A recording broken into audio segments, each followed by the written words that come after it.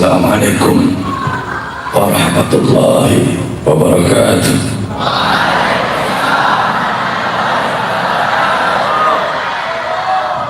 Alhamdulillah al-qawi sultanu al-wadih al-burhanu al-mabsut fil wujud karamu wa ihsanu.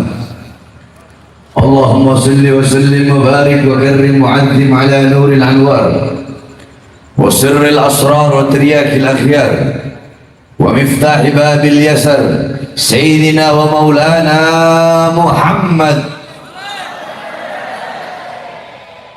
Muhammadin al-Mukhtar wa alihi al-athhar wa ashabihi al-akhyar adada ni'amillahi wa ifdalihi. Amma ba'd. Saya cinta yang saya muliakan para alim ulama, para habaib, para kiai, para asatidz, para tokoh masyarakat, segenap aparat pemerintah, wabil khusus guru kita Al-Habib Mahdi bin Syahab, wabil khusus lagi yang saya cinta, yang saya muliakan mudir Ma'had Qudratullah Kiai Haji Ahmad Syafiq Hidayat, yang saya cinta, yang saya muliakan, karena saya yakin beliau hadir pada malam hari, muassis pendiri Ma'had Qudratullah Kiai Haji Muhammad Husni Tamrin, beserta seluruh para pengajar-pengajar, alim ulama yang lain, hadirin hadirat, khususnya para thalabah, santri-santri, banin, banat, yang laki yang perempuan, beserta seluruh hadirin hadirat, bapak-bapak, ibu-ibu, khususnya para pemuda-pemudi umat baginda Nabi besar Muhammad yang selalu dimuliakan oleh Allah Subhanahu wa taala. Alhamdulillah, segala puji dan syukur kehadirat Allah Subhanahu wa taala. Dialah Allah yang maha besar, yang besar selain Allah kecil.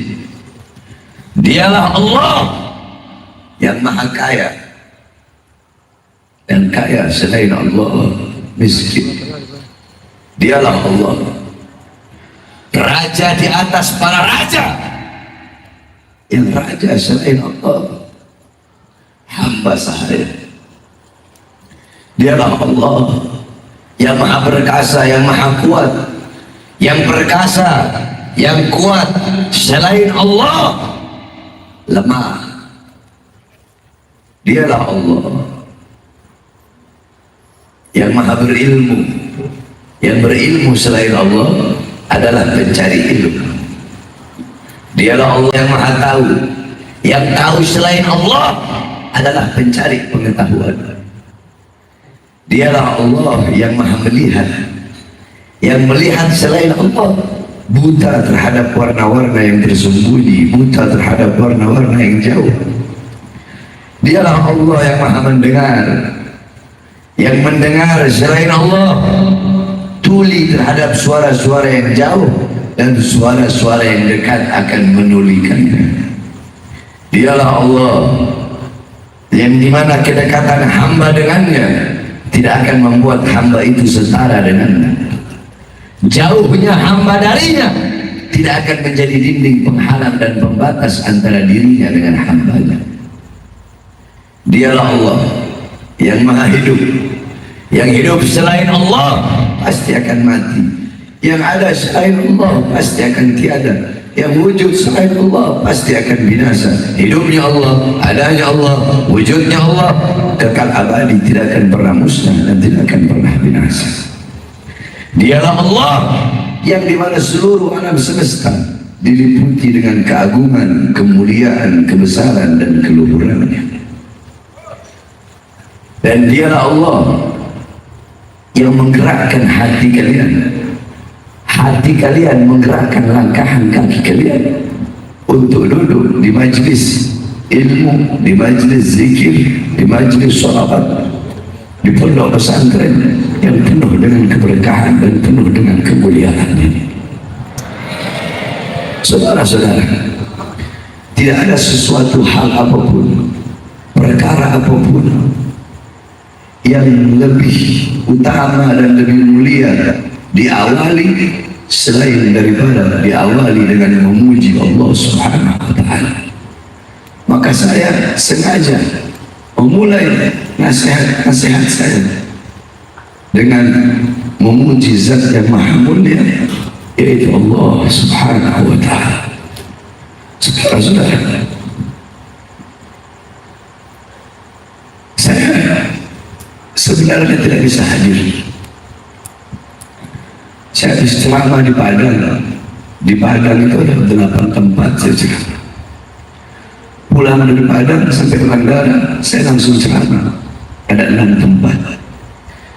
Besoknya saya langsung ke Banjarmasin, 2 tempat ceramah. Pulang dari Banjarmasin, itu saya langsung ceramah, ada 9 tempat. Selesai dari 9 tempat itu subuh, saya langsung ke bandara. Saya langsung kemari. Karena bagi saya tidak ada kata capek, tidak ada kata lelah dalam berdakwah menyebarkan ajaran kakek saya Rasulullah SAW. Maka sebagaimana yang disampaikan Kiai tadi, saya jauh-jauh datang kemari dalam keadaan sakit untuk menyampaikan ilmu kepada kalian. Bagi saya tidak ada kata jauh, tidak ada kata lelah, tidak ada kata kemalaman, tidak ada kata capek. Bagaimana dengan kalian yang ingin mendapatkan ilmu terus ada kata capek, kata lelah, kata kemalaman? Saudara-saudara, ini tempat turunnya barakah, tempat turunnya hidayah, tempat turunnya maghfirah, tempat turunnya kasih sayang, tempat turunnya pengampunan. Saudara-saudara, terpal yang kalian duduki, terpal yang engkau duduki di sisi Allah, dan bagi saya terpal yang kalian duduki lebih mulia, lebih agung daripada kursi yang diduduki oleh seorang presiden. Kenapa? Bukankah Sayyidina Umar bin Khattab radhiyallahu anhu beliau berkata, "Innallaha lam yahluk fi wajhil ardi turaban afdal min majlisil ilm." Allah tidak pernah menciptakan sejengkal tanah pun di muka bumi yang lebih mulia selain daripada tanah yang digunakan untuk menuntut ilmunya Allah Subhanahu wa Ta'ala. Makanya saya berani mengucapkan, karpet yang kau duduki lebih utama, lebih mulia daripada kursi presiden. Contohnya begini, apakah tidak pernah alam tara wa alam tasma', tidak pernahkah kalian melihat, tidak pernahkah kalian mendengar sebuah syair yang berbunyi, alam tara jildal hakira mugabbalan bisagafi lama ansara jildal mushafi. Tidak pernahkah engkau melihat, tidak pernahkah engkau lihat kulit yang hina, kulit yang tak berharga, kulit yang tak bernilai, kulit itu dicium di bibir-bibir ketika kulit itu menjadi sampul daripada ayat suci Al-Quran. Contoh, ini saya punya kulit, ini kulit saya sobek jadi dua. Yang satu saya bikin dompet, yang satu saya bikin sampul ayat suci Al-Quran. Saya tanya, jawab yang keras. Ini kulit yang saya bikin dompet, apakah menyentuhnya harus punya wudu? Boleh nggak saya buang di tempat sampah? Boleh nggak saya taruh di belakang? Kulit yang satu jadi simpul ayat suci Al-Quran. Boleh nggak saya pegang nggak punya wudu? Boleh nggak saya taruh di bawah? Padahal kulitnya sama. Paham? Apa yang membedakan kulit yang satu bercampur dengan sesuatu yang mulia, itu ayat suci Al-Quran. Makanya saya mengatakan karpet yang kau duduki lebih mulia daripada kursi presiden. Kenapa? Sama karpet yang engkau duduki untuk menuntut ilmu, karpet yang engkau duduki untuk mengaji, karpet yang engkau duduki untuk berzikir, untuk bersolawat. Sehingga walaupun andaikan sama ya, mungkin lebih mahal kursi presiden, akan tetapi sama-sama tempat duduk, tapi tempat duduk kalian jauh lebih mulia. Kenapa? Karena bercampur dengan sesuatu yang mulia, yaitu ilmunya Allah Subhanahu wa ta'ala. Kalian duduk bersolawat kepada baginda Nabi Muhammad dipimpin Hadrah Asy-Syaikh Al-Mustafa.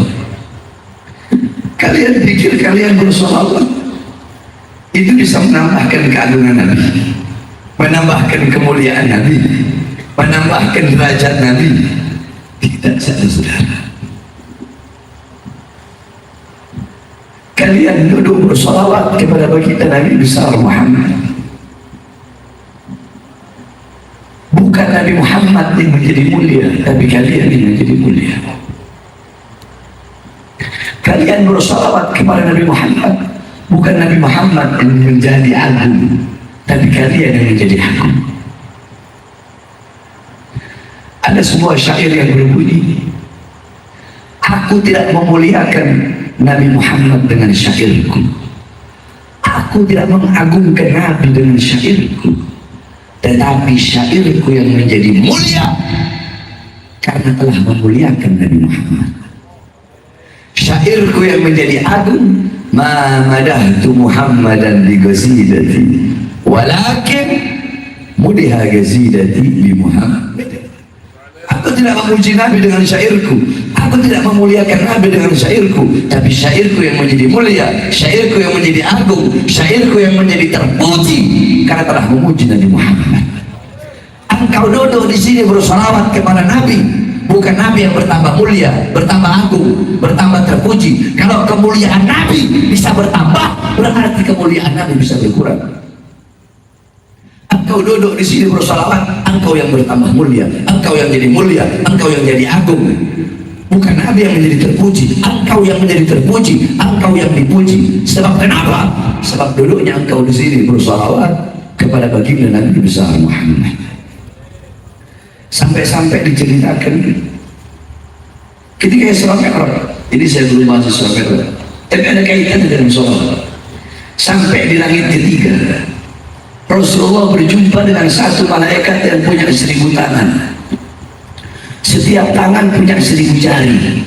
Rasulullah bertanya, wahai malaikat, kenapa Allah menciptakan kau punya 1000 tangan, setiap tangan punya 1000 jari?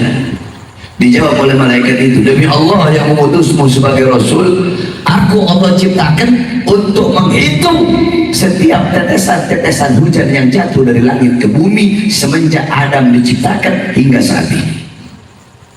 Kemudian Rasulullah bertanya, apakah engkau bisa menghitung berapa banyak jumlah, berapa banyak bilangan tetesan hujan yang jatuh dari langit ke bumi semenjak Adam diciptakan hingga saat ini? Hujan yang turun di laut, di sungai, di lembah, di gunung, dimanapun, bisakah kau menghitungnya?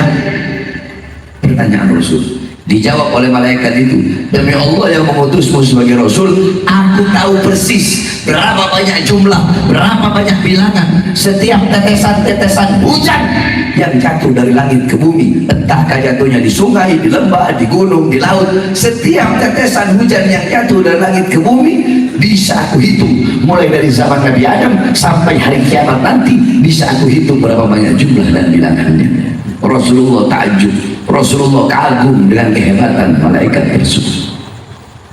Tiba-tiba malaikat itu berkata, akan tetapi aku punya kelemahan ya Rasulullah, aku punya kekurangan ya Rasulullah.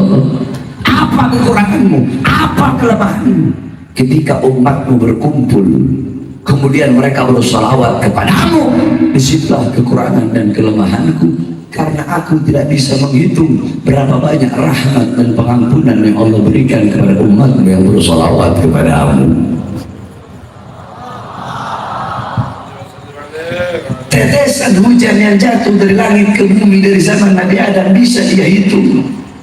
Kalian duduk pada malam hari ini bersolawat, malaikat itu bingung, tidak bisa menghitung berapa banyak rahmat dan pengampunan yang Allah berikan kepada kalian yang bersalawat kepada baginda Nabi besar Muhammad. Saudara-saudara, kiai bilang dari hadir silahkan sampai subuh. Mohon maaf kiai, nggak bisa. Jadi saya hanya sebentar sedikit akan memberikan nasihat, tapi insya Allah sedikit insya Allah bermanfaat. Yang penting dengarkan baik-baik.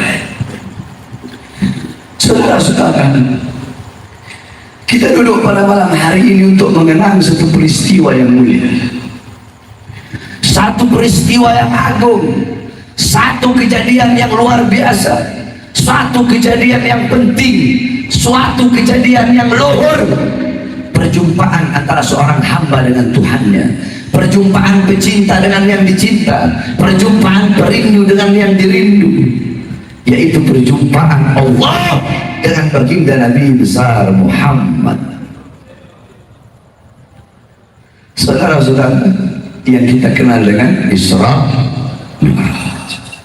Nah, para ulama-ulama salaf zaman dulu, ulama-ulama dulu itu beliau-beliau banyak mengarang kitab yang menjelaskan tentang Isra Mi'raj.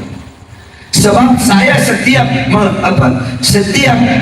ceramah, setiap tausiah atau setiap mengeluarkan ra'yi, pandangan, pendapat, itu pasti saya pakai marojik, pasti saya pakai sandaran apa kitabnya. Sebab banyak orang sekarang itu asal-asalan. Makanya akan saya jelaskan apa kitab-kitabnya, ya. Penjelasan saya itu dari kitab-kitab mana saja, biar kalian bisa paham dan kalian juga bisa mempelajari kitab-kitab tersebut agar mendapatkan pemahaman yang benar tentang Isra Mi'raj. Ulama-ulama dulu banyak yang mengarang kitab tentang Isra Mi'raj. Ada kitab namanya As-Siraj Al-Wahaj fi Haqaiqil Mi'raj, karangan Imam Abu Ishaq Muhammad ibn Ibrahim An-Nu'mani Asy-Syafi'i. Beliau adalah murid daripada Imam Ibnu Hajar Al-Asqalani. Kemudian ada kitab Al-Mi'raj, karangan Imam Abdul Karim Al-Qushairi. Kemudian ada kitab Ar-Risalah fil Mi'raj, karangan Imam Abdul Hasan Ali bin Muhammad Al-Lakhmi. Kemudian ada kitab Ayatul Kubra fi Syarah Qissatul Isra, karangan Al-Imam As-Suyuti. Kemudian ada kitab Al-Ayah Az-Zahimah Al-Bahira fil Mi'raj Sayyidu Ahli Dunya wal Akhirah, karangan Al-Imam Al-Hafidh Syamsuddin Muhammad ibn Yusuf Asy-Syami Ad-Dimashqi. Satu lagi kitab beliau Al-Ayatul Bayyinat fil Mi'raj Sayyidu Ahli Al-Ardi was Samawat. Kemudian ada kitab An-Nurul Wahhaj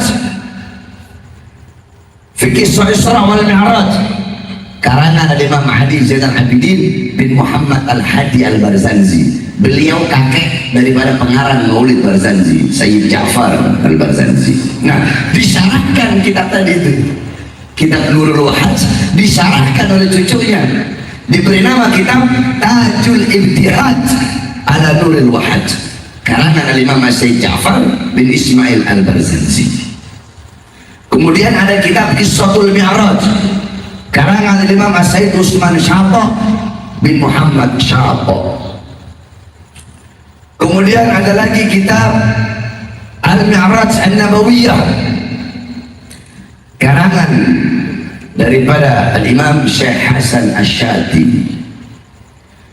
Kemudian ada kitab Afdhalul Manhaj fi Isbat Isra wal Mi'raj, karangan Al-Imam Al-Hafidh Abdullah Mustafa Al-Maraghi.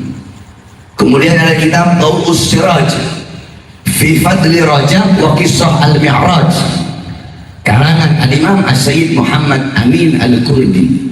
Kalau kami di daerah Jawa Barat, Banten, Jawa Barat dan Banten, kalau bulan Rajab itu pasti pondok-pondok pesantren salaf, santri-santri salaf, kiai-kiai salaf itu pasti ngaji pasaran. Ngaji pasaran untuk menghatamkan kitab Tawus Siraj fi Fadli Rajab wa Qissah Al-Mi'raj, karangan Imam Sayyid Muhammad Amin Al-Kurdi. Kemudian ada lagi kitab Qissatul Mi'raj karangan Imam Najmuddin Al-Ghedi, dihasiahkan oleh Imam Ahmad Abil Barkat, diberi nama kitab Hasyiah Ad-Dardir. Kalau santri itu pasti kenal, wajib santri kenal kitab Hasyiah Ad-Dardir. Sebab biasanya juga kalau di daerah kami, nggak tahu kalau di sini ya, di daerah kami juga kalau bulan Rajab itu pasti menghatamkan kitab Hasyiah Ad-Dardir. Sebab itu kitab menjelaskan tentang Isra Mi'raj serta keutamaan-keutamaan bulan Rajab. Kemudian ada kitab Nailul Muna wal Ghaya As-Sa'ul fil Mi'raj Sayyidina Al-Mukhtar Ar-Rasul, karangan Imam Muhammad bin Ja'far Al-Kattani. Kemudian ada lagi kitab Minhajus Syami Mukhtasar Mi'rajus Syami, karangan Syekh Yusuf bin Ismail An-Nabhani. Kemudian ada kitab Hulal Ad-Dibaj Al-Matruza fil Isra wal Mi'raj, karangan Imam Ahmad bin Muhammad Ar-Rahwani At-Tatwani. Kemudian ada kitab Al-Mi'raj, karangan daripada Imam Syekh Nafi' Al-Jauhari. Kemudian kitab Yawaqid Taj Al-Wahaj fi Kisah Isra wal Mi'raj, karangan Imam Muhammad bin Muhammad Al-Hadi Al-Kattani. Kemudian ada kitab Al-Anwar Al-Bahiyah fil Mi'raj Khairil Bariyah, karangan guru kami Imam besar Ahlus Sunnah wal Jamaah Abuya As-Sayyid Al-Habib Muhammad bin Alwi Al-Maliki Al-Hasani Al-Maki. Banyak kalau saya sebutkan kitab-kitab itu saja, beberapa puluh kitab tentang Isra Mi'raj. Nah, engkau pelajari kitab-kitab tersebut, maka engkau akan mendapatkan pemahaman yang jelas, yang rinci, yang benar tentang peristiwa Isra Mi'raj. Sebab banyak dai-dai sekarang, ustadz, kiai, para penceramah, ketika menjelaskan Isra Mi'raj itu gak benar, salah, sesuka comornya. Contoh, ada penceramah bahas Isra Mi'raj, datang Jibril membawa cawan terbuat dari emas, di dalamnya ada air dari sorga, dibelah dada Nabi Muhammad, diambil hatinya, dibersihkan, disucikan, dibersihkan dari kotoran-kotoran. Saya tanya, jawab yang keras, pernah atau tidak dengar penceramah ngomong begitu? Pernah atau tidak? Pernah atau tidak? Kalau ada ustaz atau kiai atau habib atau penceramah siapapun menjelaskan seperti tadi, maka itu ulama goblok. Ini orang nggak pakai ilmu, banyak sekarang ini instan. Saya sebutnya Ustadz Indomie, digodok 5 menit jadi. Saudara-saudara, makanya saya mondok itu selama 20 tahun. Dari kecil saya mondok, 20 tahun saya mondok. Makanya jangan sembarangan, jangankan hati Nabi sudah terlalu jauh. Dalam kitab Asy-Syifa karangan Imam Qatiyah dijelaskan darah Nabi Muhammad itu suci. Ketika perang Uhud, kakinya Nabi pernah terkena anak panah, maka datang Malik bin Sinan, dicabut anak panah, muncrat darahnya, dikecut oleh Malik bin Sinan. Kata Rasulullah, muntahkan. Tidak ya Rasulullah, aku ingin darahmu bercampur dengan darahku. Apa kata Rasulullah? Haram, jasad boleh sentuh api neraka. Abdullah bin Zubair, ketika Rasulullah habis hijamah, darahnya habis bekam, dikasih, buang oleh Abdullah bin Zubair, buang di tempat yang tidak terlihat oleh siapapun. Abdullah bin Zubair bawa ke belakang, dia lihat ada orang, dia minum. Datang, sudah ya Rasulullah, di mana kau buang? Di tempat yang tidak dilihat oleh siapapun. Di mana? Di perutku. Siapa yang punya? Apa kata Rasulullah? Haram jasadmu disentuh api neraka. Darah Nabi suci, air kencing Nabi suci, kotoran Nabi suci, apalagi hati Nabi Muhammad. Jadi kalau udah berbicara tentang Nabi itu awas, hati-hati. Sekarang saya tanya, coba Kalau orang awam, ada penceramah bahas Isra Mi'raj ngomong begini, hati Nabi Muhammad dibersihkan, udah selesai sampai di situ. Pemahaman orang awam, sesuatu yang dibersihkan berarti sebelumnya apa? Sebelumnya apa? Yang keras sebelumnya apa? Kan orang awam bahkan berpikir begitu. Makanya di sini kalau ada para penceramah, kalau mau memberikan ilmu, mau memberikan pemahaman, berikan pemahaman, berikan ilmu, itu pun untuk para guru-guru, semua para guru-guru. Kalau mau kasih ilmu, kalau mau kasih pemahaman, berikan ilmu, berikan pemahaman sesuai dengan kadar pendengar untuk menerima ilmu tersebut. Jangan yang harusnya belajar Risalatul Jami'ah, belajar mabadi' fikih, terus diajarinnya minhaj. Jangan yang harusnya belajar jurumiyah, diajarinnya alfiyah. Ibaratnya begitu. Terus buruk lagi, buruk katanya buruk itu perempuan pakai badannya kuda, terus apa namanya, ada sayapnya. Ini apa-apaan ini pembodohan ini. Dalam kitab-kitab yang saya sebutkan tadi, buruk itu adalah makhluk Allah sejenis kilat, lebih kecil dari kuda, lebih besar dari keledai. Kalau jalan turun, kaki belakangnya atau kaki depan memanjang dengan sendirinya. Kalau jalan naik, kaki belakangnya memanjang dengan sendirinya. Itu buruk. Jadi bukan seperti yang dipahami oleh orang-orang sekarang ini. Suami kota paham? Oke. Saya nggak ceramah, saya ngajar. Anggap aja saya lagi ngajar, cuma nggak bawa kitab. Tadi tengah dibacakan ayat tentang Isra Mi'raj. Semua khususnya santri ikuti saya. Bismillahirrahmanirrahim. Subhanalladzi asra bi 'abdihi. Kurang keras. Subhanalladzi asra bi 'abdihi lailan minal masjidil haram ilal masjidil aqsa. Saya akan jelaskan satu kalimat per kalimat biar paham semua. Subhana, bada Allah hadhil ayat bi subhana. Allah memulai ayat tersebut dengan kalimat subhan. Ini nggak ceramah ya, anggap saya lagi ngajar. Cuma saya kalau ngajar begini keras. Biasanya kalau di pondok santri karena saya nggak punya pondok perempuan, tanggung jawabnya berat. Pondok laki biasanya kalau saya lagi ngajar, santri itu saya lempar pakai asbak. Allah memulai ayat tersebut dengan kalimat subhanallah.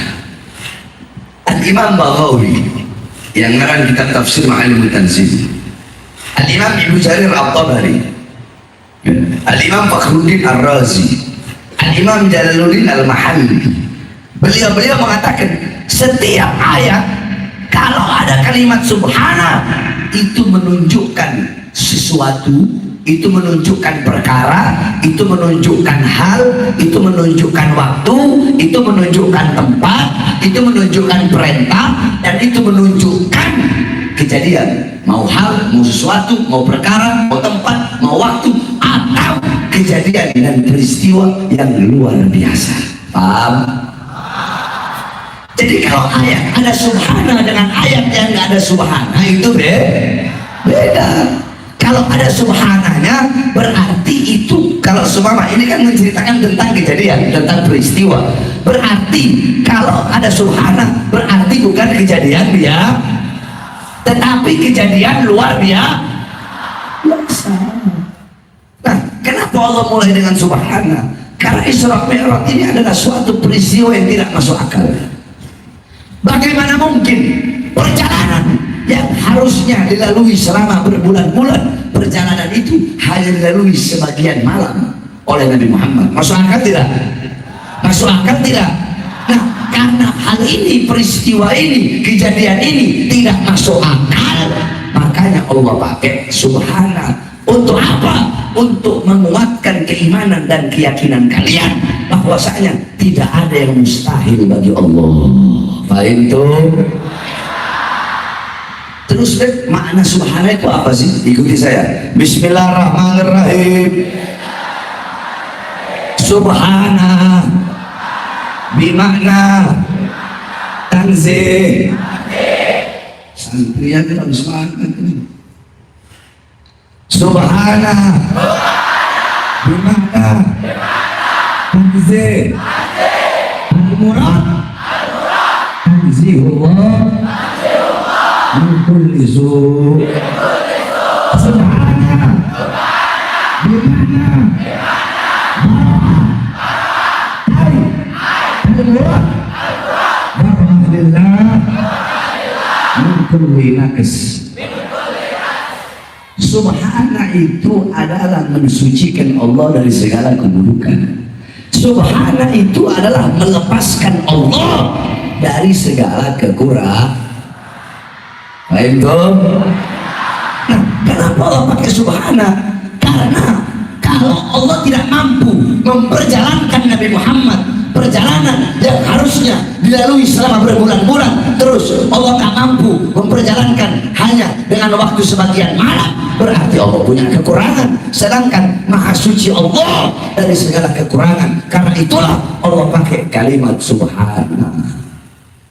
Udah paham yang pertama? Paham ya? Subhanalladzi asra, maha suci zat yang memperjalankan. Kalau ada yang memperjalankan, berarti ada yang diperjalan. Kalau ada yang mempermainkan, berarti ada yang. Kalau ada yang menzolimi, berarti ada yang. Kalau ada yang memenjarakan, berarti ada yang. Kan begitu. Nah, di sini saya tanya, jawab yang keras. Yang memperjalankan siapa? Yang keras siapa? Siapa? Berarti yang diperjalankan siapa? Siapa? Berarti Isra Mi'raj bukan keinginan Nabi, bukan kemauan Nabi, bukan hasrat Nabi, tapi kemauan Allah, keinginan Allah. Kenapa? Karena Allah yang memperjalankan, bukan Nabi Muhammad yang tahu-tahu pengen berjalan sendiri. Jawabannya, kenapa deh? Dua. Satu, karena Allah rindu ingin berjumpa dengan baginda Nabi Muhammad. Dua, karena pada tahun tersebut adalah Amul Hazan, tahun kesedihan bagi Nabi. Paman yang beliau cintai, kafiluhu, yang menjaga beliau, memelihara beliau, yang mencintai beliau melebihi kecintaan kepada anak-anaknya, yaitu Abu Thalib, wafat di tahun tersebut. Istri yang beliau cintai, istri yang setia, yang mengorbankan nyawa, jiwa, bahkan seluruh hartanya, sampai-sampai istrinya berkata, wahai kekasihku, wahai suamiku, kalau nanti aku mati, kalau nanti aku wafat, terus engkau butuh uang, engkau butuh dinar untuk perjuangan Islam, engkau gali kuburku, ambil tulang-tulangku, engkau jual hasilnya untuk perjuangan Islam. Siapa? Sayyidatuna Khadijah radhiyallahu anha. Dua manusia yang dicintai Nabi wafat di tahun yang sama, maka dinamakan tahun Nah, Nabi Allah tahu kekasihnya bersedih, makanya Allah ingin menghibur Nabi Muhammad. Allah hibur dalam perjalanan yang bernama Isra Mi'raj. Paham dong? Subhanalladzi asra bi'abdihi. Al-abd. Kenapa Allah pakai kata abd di sini? Al-abd kata para ulama yang ngarang kitab-kitab tadi, al-abd yakni bima'na al-abd, hamba yang utuh, yakni bil jasad wal ruh, yakni ra'a bi'alatil ain, sami'a bi'alatil udhun, masya bi'alatil yad, masaka bi'alatil yadin, masya yamshi bi'alatil rijlain, syaqa bi'alatil qalb. yakni hamba yang utuh itu adalah hamba yang, ayo jawab, hamba yang melihat dengan alat, mendengar dengan alat, menyentuh, memegang dengan alat, berjalan dengan alat, merasa dengan alat. Sekarang saya tanya, kalau ruh tanpa jasad, apakah bisa melihat dengan alat mata? Ya, ini cuma ruhnya saja. Itu hadis riwayat Sayyidatuna Aisyah. Tetapi pendapat yang paling muktamad, pendapat yang paling kuat, Nabi Muhammad Isra Mi'raj dengan jasad dan juga ruh. Bil jasad wa ruh. Karena di situ Allah pakai kata apa? Kalau cuma ruhnya saja, subhanalladzi asra bi ruhihi, kan begitu. Betul tidak? Atau cuma jasad saja, subhanalladzi asra bi mayyitihi. Ini abad hamba yang utuh, berarti Rasulullah Isra, Rasulullah Mi'raj dengan jasad dan juga ruh ya botan dalam keadaan sadar, dalam keadaan terjaga ya botan dalam keadaan sadar, dalam keadaan terjaga. Beliau berjumpa langsung dengan Allah Subhanahu wa ta'ala. Beliau berjumpa langsung dengan Allah Subhanahu wa ta'ala. Sampai-sampai Al-Imam Al-Qastallani radhiyallahu anhu, beliau mengatakan, mana yang lebih mulia, sandal Nabi Muhammad ataukah malaikat Jibril alaihissalam? Jibril tidak pernah berjumpa langsung dengan Allah, tetapi Nabi Muhammad bahkan sandalnya berjumpa dengan Allah Subhanahu wa ta'ala. Kenapa sandal? Apakah mungkin ruh itu bisa pakai sandal? Nah, berarti memang Nabi Muhammad Isra Mi'raj dengan jasad dan juga, bayangkan Jibril tidak bisa berjumpa langsung. Makanya kata Rasulullah, ya Jibril di Sidratul Muntaha, ayo Jibril, ayo ikut denganku berjumpa dengan Allah. Apa kata Jibril? Ya Rasulullah, cukup tugasku sampai di sini. Gala Rasul, ayatul khalilah khalilah. Ayo Jibril, kekasihnya akan meninggalkan kekasihnya. Ayo ikut. Tidak, tugasku cukup sampai di sini. Aku akan hancur, hangus, terbakar menjadi debu. Aku tidak bisa berjumpa langsung dengan Allah. Kata Rasulullah, bukankah engkau Allah ciptakan dari cahaya? Ya, aku dari cahaya, tapi bukan bagian cahaya Allah. Engkau Allah ciptakan dari cahaya, dan engkau adalah bagian dari cahaya Allah. Hanya engkau lah yang bisa berjumpa langsung dengan Allah. Maka berjumpalah makhluk yang paling mulia, berjumpa dengan Allah. Ra'al Ra' Azizul Wahhab bila hijab, berjumpa dengan Allah tanpa setitik pun penghalang. Imam Ghazali mengatakan dalam kitabnya Mughasyafatul Qulub dan Kasyaful Ulum bahwasanya antara Allah dengan hambanya ada 70.000 penghalang. Berapa? Penghalang itu Allah ciptakan dari cahaya, air, dan kegelapan. Di dalam penghalang Allah ada suara gemuruh air. Andaikan manusia bisa mendengar suara gemuruh air yang ada dalam penghalang Allah, saking ketakutan hatinya bakal copot dari badannya. Bayangkan Nabi Muhammad berjumpa langsung dengan Allah tanpa setitik pun penghalang, saudara-saudara. Perumpamaannya begini, kalau pengen yang masuk akalnya begini. Saya tanya, bumi, andaikan bumi sampai ke matahari, hancur nggak bumi? Hancurnya. Planet manapun, planet apapun, mau sampai ke matahari, hancur nggak? Ada nggak yang bisa sampai ke matahari? Nggak ada kan? Ketika matahari terbit, dia mengeluarkan apa? Mengeluarkan cahaya. Ketika dia terbenam, yang kembali ke dia apa? Matahari terbit mengeluarkan, dia terbenam, yang balik ke matahari apa? Apanya? Cahaya. Berarti satu-satunya yang bisa kembali kepada sang matahari adalah bagian dari cahaya matahari itu sendiri, Pak. Nah, tidak ada yang bisa kembali kepada Allah, yang bisa berjumpa dengan Allah, kecuali bagian dari cahaya Allah sendiri. Siapa? Baginda Nabi besar Muhammad. khalaqa min nurin. Allah ciptakan dari cahaya. Paham gak sih?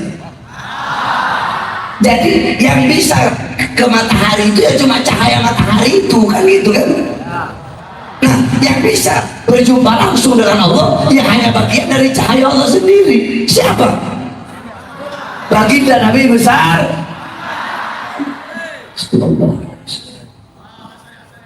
Paham? Sampai mana ayatnya? Subhanallah bihamdihi lailan. Ayo santri jawab. Lailan isim nakirah apa isim ma'rifat? Santri-santri yang jawab, santri yang keras. Isim nakirah apa isim ma'rifat? Tandanya apa? Alamatnya apa? Alamatnya tan. Kalau isim ma'rifat alamatnya apa? Alif lam mim. Al-baitu, rumah itu jelas ya kan. Kalau isim ma'rifat udah ketahuan jelas, rumah itu. Oh itu rumah tuh warnanya hijau, 2 tingkat. Baitun, rumah itu isim nakirah. Mana rumah? Rumah yang mana? Yang punya siapa? Seperti apa model rumahnya? Nah, dalam ayat ini Allah pakai al-lail atau lailan? Nakirah apa ma'rifat? Nah, para ulama mengatakan kenapa Allah pakai nakirah? Bimakna taklif fi muddatil isra. Maknanya adalah penyedikitan daripada waktu malam. Kalau al-lail artinya apa? Al-lail malam kan. Nah, karena al-lail malam isim ma'rifat berarti 1 malam penuh. Paham? Di sini lailan nakiro berarti nggak ketahuan. Maksudnya nggak ketahuan apa? Bisa saja Isra Mi'raj Nabi 1 detik, bisa saja 1 jam, bisa 2 jam. Kenapa? Karena pakai nakir. Paham tuh? Pernah nggak dapat penjelasan Isra Mi'raj seperti ini? Pernah nggak? Terima kasih Nabi Mahdi. Kalau bukan Nabi Mahdi, ceritanya kuat menarik saya. Paling mendalam. Kalian tahu? Ini tuh beberapa daerah-daerah yang lain semuanya komplain. Kami undang Habib berkali-kali, Habib nggak datang. Yang dari mana-mana, dari Aceh, Riau, Pekanbaru, Jambi, kemudian daerah Sulawesi, sampai Papua, sampai Ambon. Tapi di luar Palembang Habib hadir terus. Anda nggak bisa jawab kan? Jadi daerah lain itu iri sama sini. Ini nggak tahu apa wiritannya ini bisa narik saya sampai ke sini.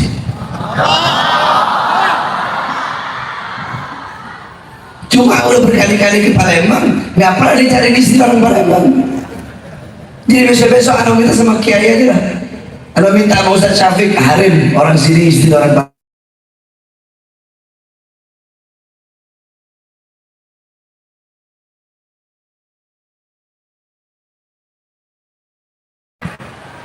Sampai mana tadi?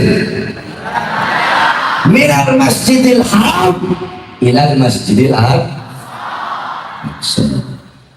Minal masjid, dari Masjidil Haram ke Masjidil Aqsa, dari tempat yang mulia ke tempat yang mulia, dari tempat yang baik ke tempat yang baik, dari tempat yang suci ke tempat yang suci. Dalilnya apa? Qala Rasul la tushaddur rihal illa ila thalatha masajid, Masjidil Hada wa Masjidil Haram wa Masjidil Aqsa.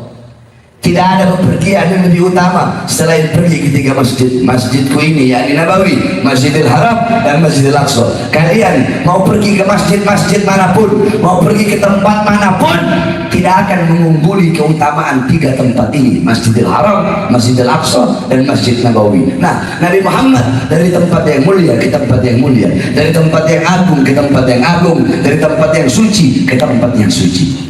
Intinya saja, saya kalau menjelasin sampai 6 hari gak bakal habis, sebab saya menjelasin berkalimat-berkalimat. Intinya Rasulullah Isra Mi'raj untuk menerima satu perintah yang mulia, satu perintah yang agung, satu perintah yang suci, satu perintah yang penting, suatu perintah. Dan ketika Allah memerintahkan perintah-perintah yang lain, cukup melalui Al-Quran.